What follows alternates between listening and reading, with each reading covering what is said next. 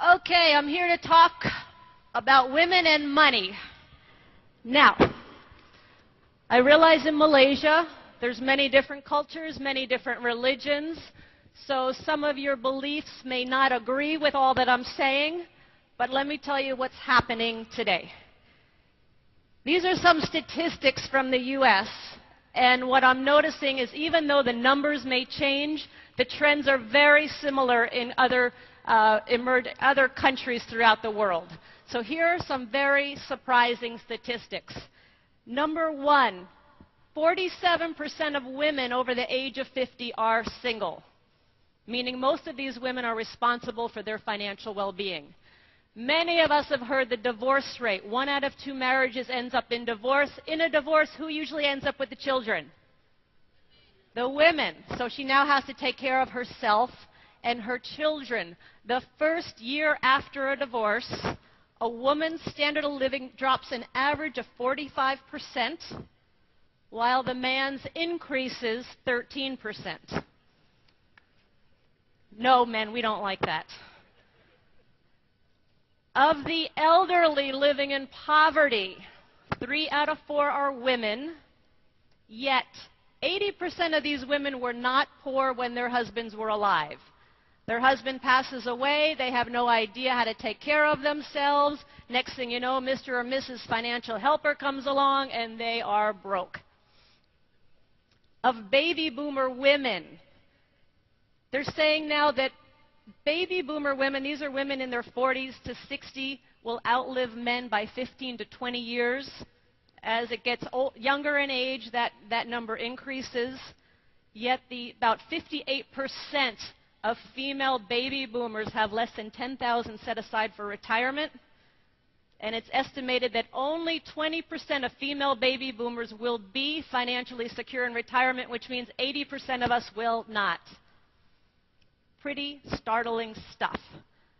And what it says to me is so many of us women have not had the financial education. We've actually been taught to depend on somebody else, primarily a husband or a family member, to take care of us. Yet as we get older, so many of us are facing financial crisis.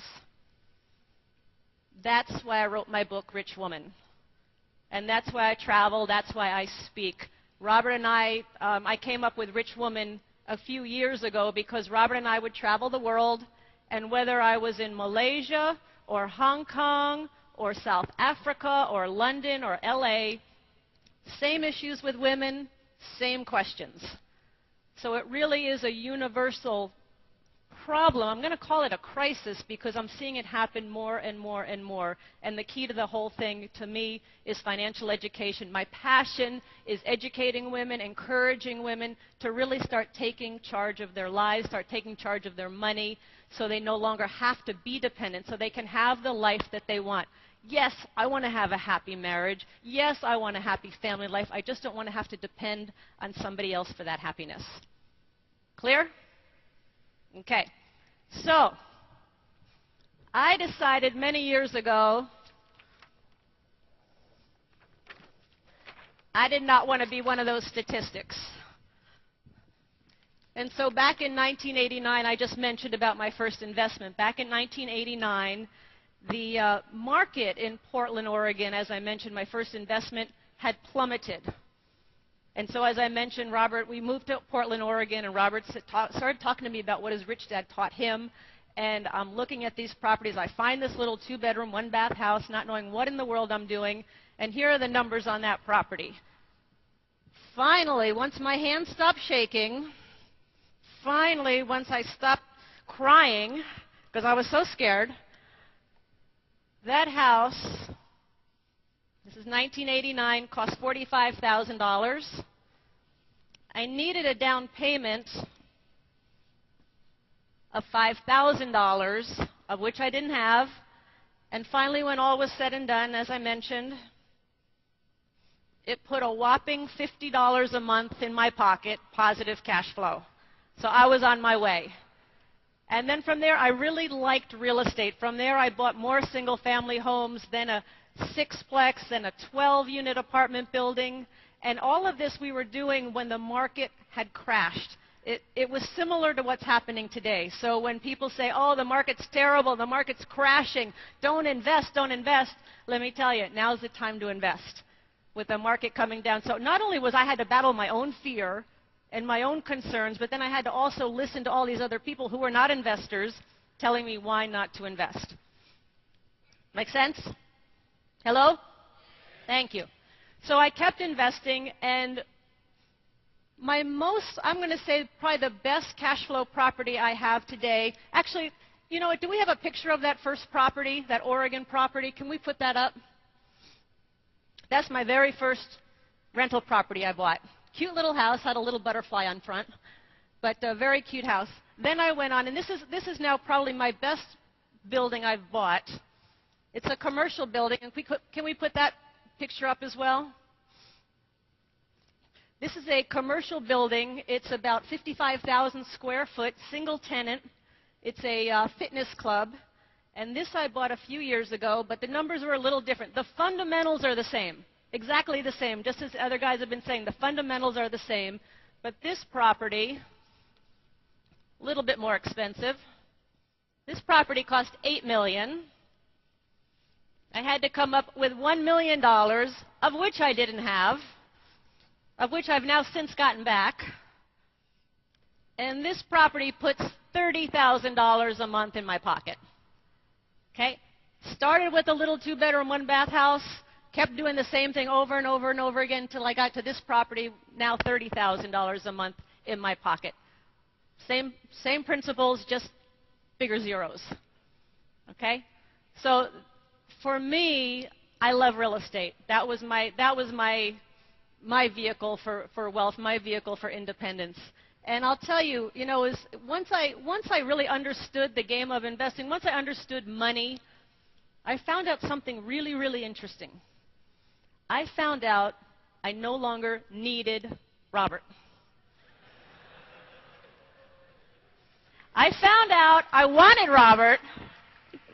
I wanted him, but I didn't need him. And as a result, our marriage, there was more respect, there was more love, because it was every day we were choosing to be together versus having to be together. Okay? Right. So how many women have read Rich Woman? Few women out there. We will have copies for sale. I will be happy to sign them after today, or today and tomorrow. But as I said, I wrote Rich Woman because I really saw a need for women and for the financial education. But what's interesting is this information is actually more applicable today than ever. When I wrote the book, it was a good idea. Today, I think it's a necessity. And the rules have changed so dramatically that I think women taking charge of their money, women being in control of their lives through their money, is really a must in terms of women being not just financially free, but free totally. So let me talk a little bit about what is a rich woman and what isn't a rich woman. The ultimate rich woman, in my opinion, is a woman named Oprah Winfrey. You know Oprah? All right. Great woman. Great woman. In 2000, Robert appeared on the Oprah Winfrey Show with the Rich Dad book and the Rich Dad philosophies. And it was a really interesting experience. We went to the studio. There was the stage with 2 chairs, one for Oprah, one for Robert. They were taping the interview. And in the breaks, Oprah would take questions from the audience. And I'll never forget it. There was this one question. This woman is in the back, and she's going, Mr. Kiyosaky, I have a question. Robert says, yes, what's your question? I have $10,000. What should I do with it? Oprah stands up, pushes Robert aside, and says, I'll handle that. And she looked at this woman and she said, young woman, what in the world are you doing asking somebody else what to do with your money? Get yourself educated.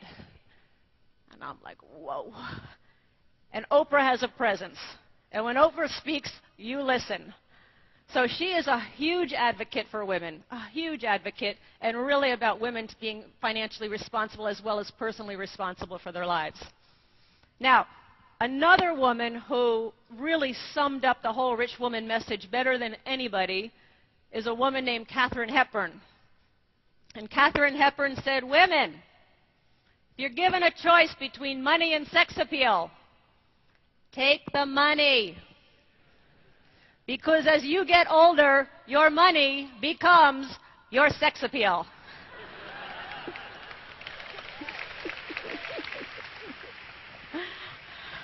And how true is that? So let's talk just a second about what is not a rich woman. Okay. A woman who has money, is she necessarily a rich woman? Hello? No, she has money. A woman that marries for money, is she a rich woman? Hello? No, she might have money, but we all know what she did to get there. Good examples, Anna Nicole Richie, married for money. Heather Mills, Paul McCartney's ex, married for money. Don't tell me there wasn't a plan there. There was a plan there. So in my opinion, a woman that marries for money is basically, in my opinion, she's the biggest ripoff to women in the world. She's basically saying, I cannot take care of myself. I have to have somebody else take care of me, so I'm going to do whatever it takes to have a rich man marry me so I can be taken care of because I am helpless. Pisses me off. Excuse my language. Not a rich woman. Now, here's another take. You tell me if this is a rich woman or not a rich woman. Here's the story. Dan was a single guy living at home with his father and working in the family business. When he found out that he was going to inherit a fortune when his sickly father died, he decided he needed a wife with which to share his fortune. One evening at an investment meeting, he spotted the most beautiful woman he had ever seen. Her natural beauty took his breath away. He said, I may look just like an ordinary man, he told her, but in just a few years, my father will die, and I'll inherit $65 million. Impressed, the woman obtained his business card, and 3 days later, she became his stepmother.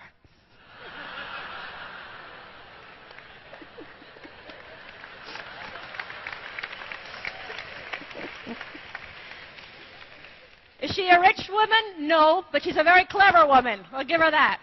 I'll give her that. So the rich woman message actually really, it is more important today. It's more applicable today than ever.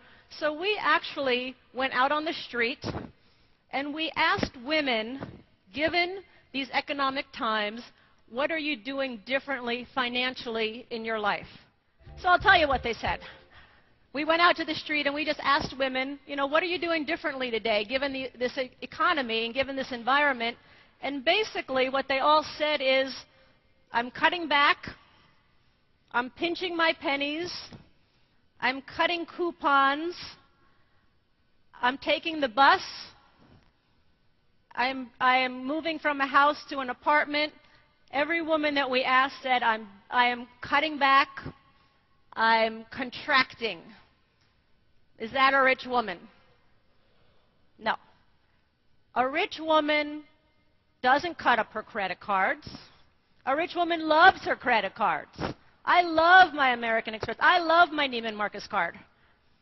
A rich woman does not forego her lattes. It's not our style. A rich woman creates the income to afford her the lifestyle that she wants and desires. How many women want that? Great. And let me ask the men here in this group, how many of the men here today support the women in their lives becoming rich women? All right. All right. You got some fans out there, women. Right. I love it.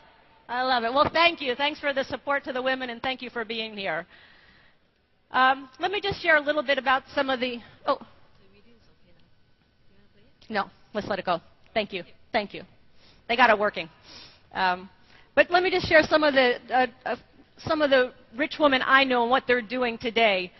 One woman is a woman named Sarah, and Sarah doesn't make a lot of money. She makes maybe $25,000 to $30,000 a year, and she just bought her very first rental property in Arizona and is making $100 a month cash flow off of that one property, and now she's looking at her second property. So here's a woman not making a lot of money, but she realizes that she needs to start doing something to generate that cash flow. So that's Sarah. Another friend of mine, her name is Kim, happens to be Kim, and what Kim does is her specialty is taking people's products to the market. So she'll find somebody with a good product, and she has the avenue to take it to market. And so what she discovered now in this economy, women are getting laid off and women are looking for new income sources. So she's now got a niche encouraging women with their inventions, with their creations, to work with her, and she takes them to all the home shopping networks, takes them to the commercial outlets, retail outlets. So a couple of women right here that are doing something based on this economy today who aren't sitting back going, oh, woe is me, what am I going to do? I'm losing everything. These women are out there, again, expanding their means. When I see women who want to, anybody for that matter, who wants to cut back, who wants to contract, who wants to pull back, the price is your spirit. What is the price of your spirit? Is your spirit a cheap spirit? Does your spirit want to be poor? I think your spirit wants you to have everything that you want in life. Same as God, same as Great Spirit. They're here for an abundant world, not a world of, sorry, we've got to turn off the sun today because we're running out of light. You know, it's a very abundant God. It's in a very abundant spirit. So I look at that, and if at times you want to pull back, just look, what is the cost of your spirit? Because I believe rich women, anybody, really wants their spirit to soar, wants their spirit to come out. And that's what the whole Rich Woman message is about, is bringing out that spirit in you so that you can have what you want in life. So with that, I want to bring out one other rich woman to share her story and what she's doing, because oftentimes one of the major questions